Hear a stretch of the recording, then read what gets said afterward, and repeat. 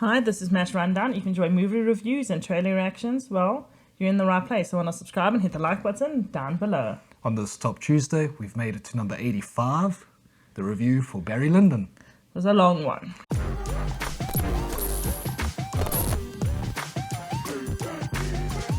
Barry Lyndon is a 1975 period drama film, written, directed and produced by Stanley Kubrick. It stars Ryan O'Neal as Redmond Barry. It is essentially a tragedy that follows Redmond Barry as he's forced to leave his native island, fights in the 7-Year War, and climbs up the social ladder until his eventual downfall. So, let's look at the good. It's a Stanley Kubrick film, so of course let's start with the directing. He's great. I mean, all his films, even if you don't enjoy the film, you can appreciate the style that's applied to the film. You can see it's a Kubrick film. And it makes sense. It doesn't feel like it's just style over substance. Yes.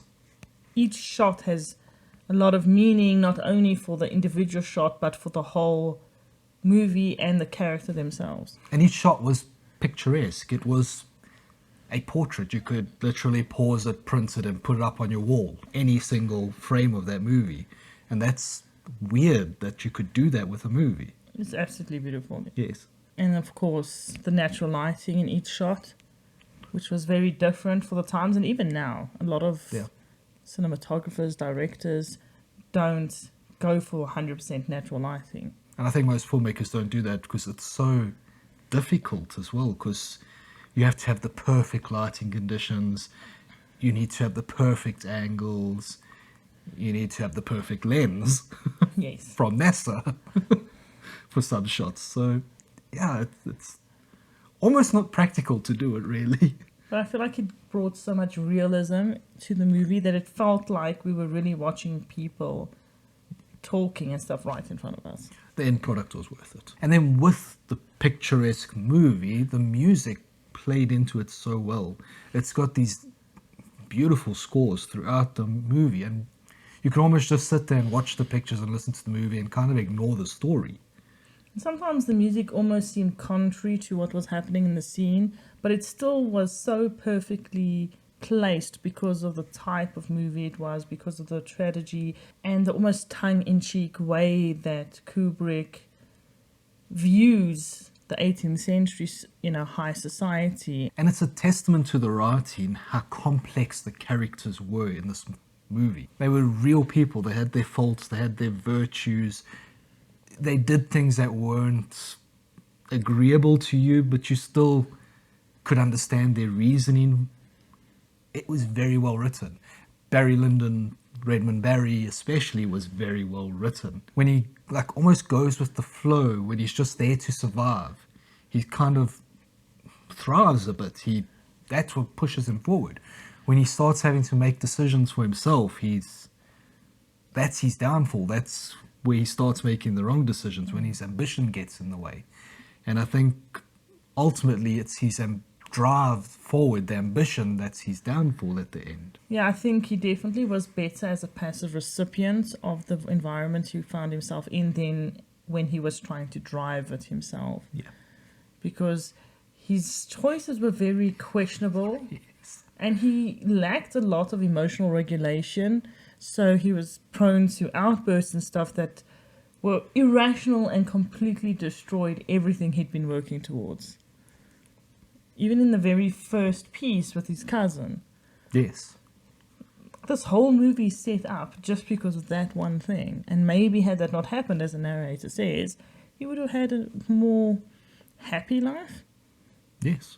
I don't think throughout the movie his goal is ever to be happy. Because even when he does find himself in more fortune, he doesn't sit back and enjoy the happiness. No. He drives and does other things that are very questionable because he has the opportunity to do so, which once again is like that emotional regulation and the inability to appreciate what he has. I've thought of doing this, I must do this.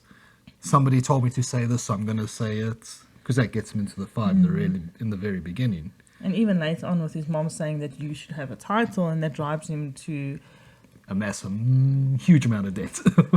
which is also partly the reason for his downfall. And I think the narrator was amazing. I know in the book that it was Barry Lyndon himself narrating the story, and in the movie Stanley Kubrick changed it to be this more objective viewer. I like the more objective viewer. Yeah. He was almost separate and unbiased. Yes. So you got this feel of, okay, maybe we're seeing a more balanced view or hearing a balanced view of what's going on. Because there was so little balance in the actual movie with the character that balance was quite refreshing. Sort of like a historian going through archival data about who this person was. Yeah, and I found that very interesting. I like that a lot. And looking at the story, it's a tragedy, but it's still very witty, and it can be so sad at times. But funny in others. It's very well written to take you through all those emotions, and it's enjoyable. I know some people comment that Stanley Kubrick has no emotion, but I felt the opposite. I felt this movie was full of emotion, because at times the characters were very dispassionate, but it was through that dispassion that emotion was conveyed. Because a lack of outward emotion is still emotion. And yes. is still driving the story to make you feel. And then the actors throughout the movie were all good. The kids, the adults. Ryan O'Neal was great. They all did a really good job. And I know some people may underestimate how good they were, but I don't think this movie would have been as good as it was if they weren't so great. Because it takes a lot of control to be so dispassionate at times. Yes. And I think it takes a lot of patience and willingness to work with a director that wants everything perfect. Yes. So I think the actors did an amazing job. They allowed Stanley Kubrick to put out his vision. And then looking at the bad, it is long. Like, it's 3 hours, 5 minutes. The movie is long. There's a literal intermission in the middle of it where it's like, you should probably go take a break now. You've been watching this for a while. So it's very long. Yeah. I won't say it was speedy throughout the movie, but I also don't want to say that it felt like we were saying, okay, when's this going to end? Because it was interesting, and the movie did grip my attention. So I didn't get bored, but it definitely didn't feel like, oh, okay, wow, what happened to those 3 hours? Yes. You noticed 3 hours passed, even though it was a good 3 hours spent. So overall, it's a really great movie that was underrated during its time, and maybe more people should know about it now, because honestly I didn't. Yeah. And it's worth watching. I want to recommend the movie to everyone to watch, but I also know that it might not be everyone's cup of tea. Yeah. Because it's not exactly the happiest movie. Yeah. It's quite sad and disheartening at times, and you need to be prepared for that. Because I know a lot of people like this whimsical, magical end where everything is all happy. And there's no happy end in this movie. And you should know that if you watch Stanley Kubrick. Yeah. I think, what was it? The war one? Paths of Glory. I was so sad at the end of that movie. Yeah. I was not prepared. I think I was better prepared for this one. Yeah. Because you're getting to know Stanley Kubrick and his style and his views on humanity. Yeah. In terms of ratings, I gave it a 7.5. Just because I think it's an amazing movie, but dramas are not my thing. I gave it a 7.5 as well. Like, amazing movie. Not my type of movie, but definitely happy I watched it. Me too. Was worth a watch. Yeah. So it leaves it with a total of 7.5. So let us know in the comments down below. Have you seen Barry Lyndon? And if you haven't, are you going to go watch it? Don't forget to like and subscribe. Bye. Later.